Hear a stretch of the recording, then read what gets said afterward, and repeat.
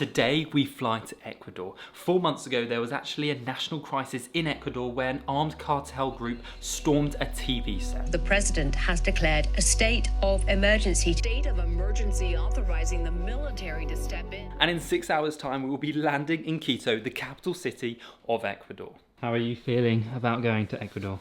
A little nervous. Don't really know what to expect, but it's going to be a new adventure. One of the most common reactions we kind of get when we say we're going to Ecuador is, why are you going there? Wasn't there a national crisis there a few months ago? We're going to see if Ecuador is actually safe and whether you should travel there.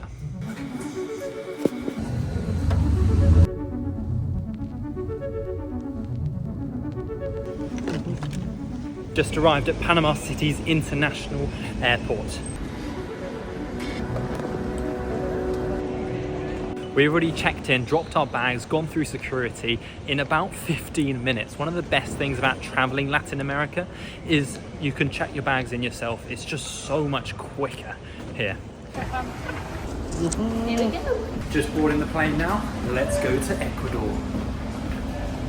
So this flight should only be about 2 hours long and then we'll be in Quito. Oh, I've just realised we've got TVs Oh yeah, on a 2-hour flight. that's so good.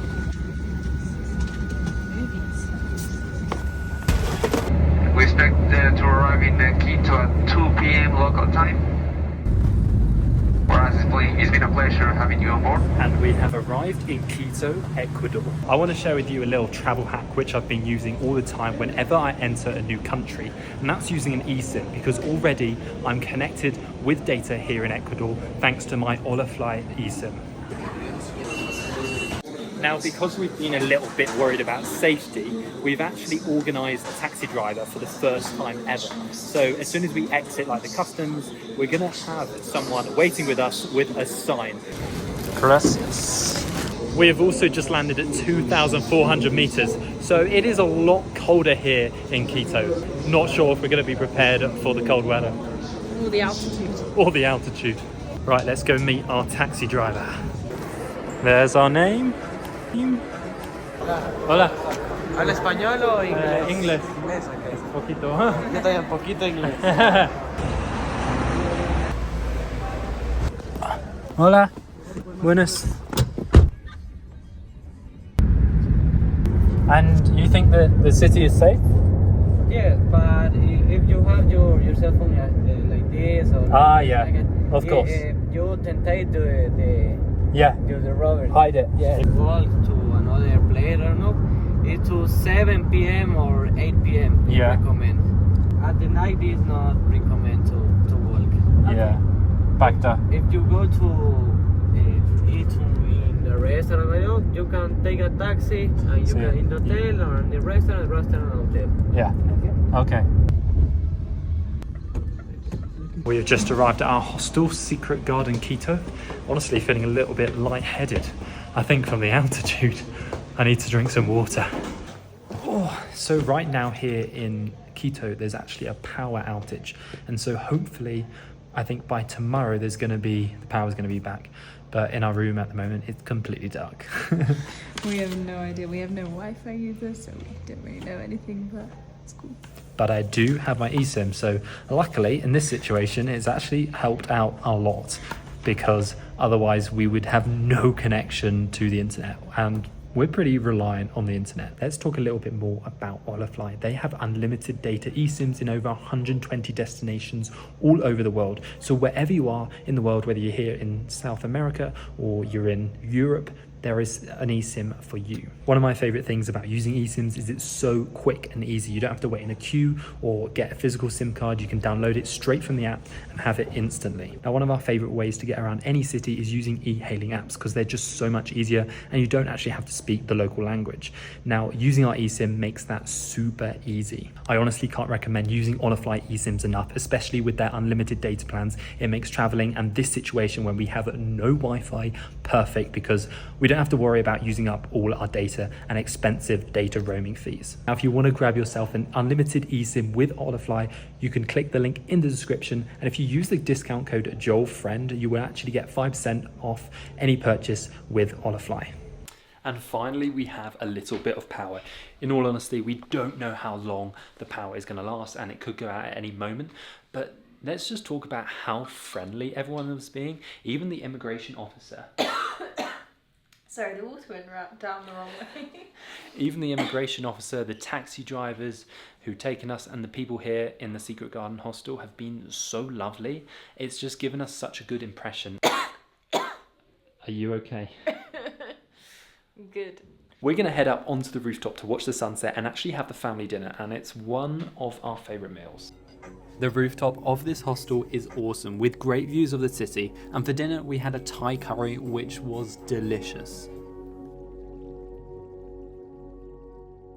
Good morning! It is our first full day here in Quito in Ecuador, and we're about to go on a walking tour. So this is going to give us a bit more background information on Ecuador and Quito around the historic centre.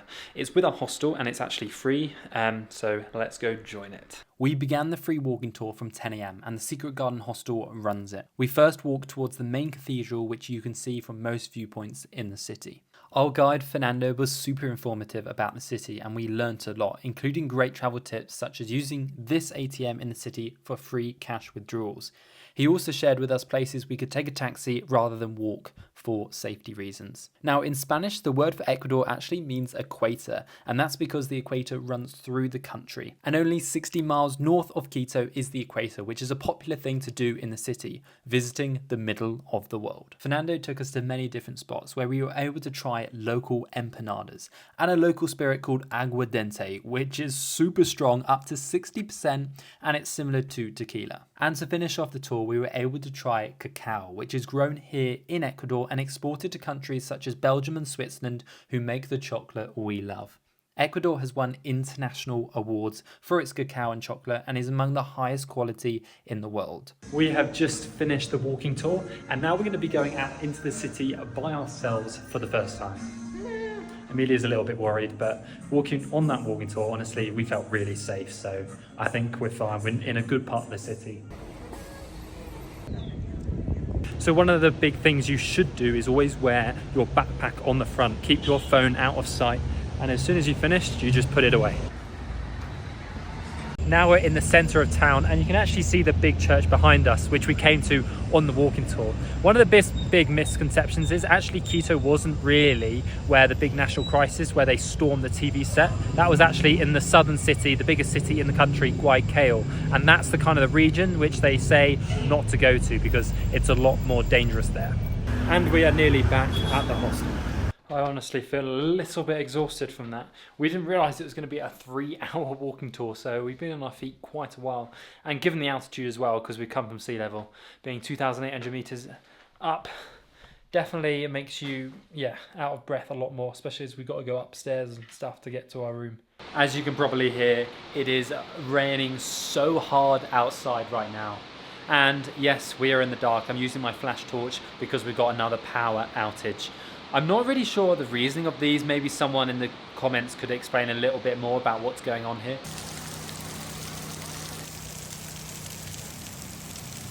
Unfortunately, it carried on raining and it is now dark outside. And following the advice that we were given, we're going to just stay in the hostel, probably have dinner on the rooftop once again and just chill out. But I remembered I never actually showed you this room and it is pretty nice. It's pretty decent and it's only costing us like $23 a night.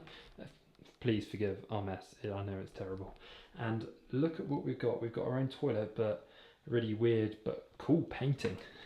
And then a little toilet, but not a shower in here, which is quite nice. Anyway, we're gonna go to bed. Good night. Good night. See you in the morning. Good morning. It is another day in Quito, and this morning we're going to be heading to do one of the most popular things here in Quito. So we're going to go and jump in a taxi and get on our way. Hola.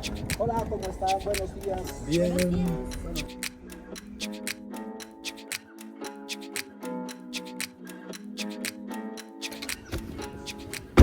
So guys, we have just reached one of the highest parts of the city and we're going to be heading on the teleférico, which is a cable car which heads up to the very highest point, I think, around this area.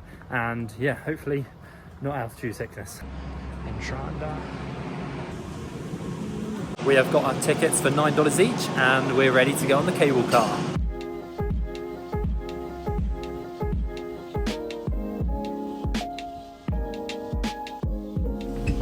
Gracias. We have just come off the cable car and we have reached 3,930 meters high. Look how high we are above the city of Quito. We were struggling to breathe down there at 2,800 yesterday, and now we're so much higher. It is actually crazy how big this city is. You don't really get perspective when you're down in the valley, but here you can just see all the buildings just sweeping all over the hills, up the side of the mountains. But in this area, it is so natural, just full of greenery. It's really pretty. I tell you what, we're walking uphill, probably only 30 more meters up, so 3,960 meters. And I'm blowing. It's quite hard, this altitude, isn't it? Yeah, I'm a bit lightheaded. Yeah. I need to sit down. So this is not actually a mountain, it's more of a volcano. And I'm pretty sure some sort of crater, or the top of, running out of breath, the top of the volcano is over there. If you are looking to come to Quito, probably need three to 4 days to adapt to the altitude, and then you'll be fine. I think at the top of this hill we're going to get to 4,000 meters, which is very high, but in the next video we are actually going to Cotopaxi volcano, so I'm getting out of breath, and we're going to get to hopefully 5,000 meters, so make sure you subscribe to see that. And we have made it 4,000 meters above sea level. The funny thing is, a couple of days ago we were in Panama City and we were at probably 0 meters. So we can't quite see it, but in the distance, if there was no clouds, that's where Cotopaxi would be. And apparently you can normally see it from here, but right now it's just cloudy. But that's where we'll be heading tomorrow on our next adventure. Oh, let's have a little sit here. This looks like a throne. Wow, we've got a leg rest. Probably could fall asleep here. And the views are amazing. Whilst we sit here, we want to give you 5 safety tips for when you're coming here to Quito or Ecuador, just so that your experience here is going to be really good, because so far we have felt very safe, especially in the touristy areas. Anyway guys, number 1, as the taxi driver said when we came from the airport, don't go out at night. If you are going out at night, it's important to take taxis everywhere and not walk the streets. When we have been out at night, there is literally not many people about, so it's not as safe, and even the locals are saying you shouldn't go out. Tip number 2 is to take taxis everywhere. You obviously can take the metro, lots of people do, and you can take the local buses, but just personally, like when we have cameras on us and valuables, we just feel so much safer taking the taxis, and it's not too expensive. Number 3 is when you're walking around, if you're not using your phone or camera, just make sure you put it in your bag. Just don't show it off, because if you are going to show off your valuables, then that's when people take advantage of you. A guide said when we were on the teleférico, the cable car, he said when you're in the old town, just put your camera away, take a photo, and then put it away, because then you're not giving people chances to take it, because theft and pickpocketing is a thing here in Quito, but as long as you're smart and vigilant, you're going to be okay. What's number 4 then? Number 4 is to stay in a good hotel or stay in the Secret Garden hostel like us. Staying there has made it so much easier for us because they can sort out taxis, they sort out the buses, the transfers to the next places we're going. You can book everything there. All the staff is super friendly and speak English. The food's there, so we don't even have to go out at night. And the walking tour as well has been really helpful to just get us set up here in Quito. So number 5 is one we haven't experienced yet, but is very important when you're coming here to Ecuador, and that is on the buses. You need to make sure you keep your valuables on your lap or very closely near your feet.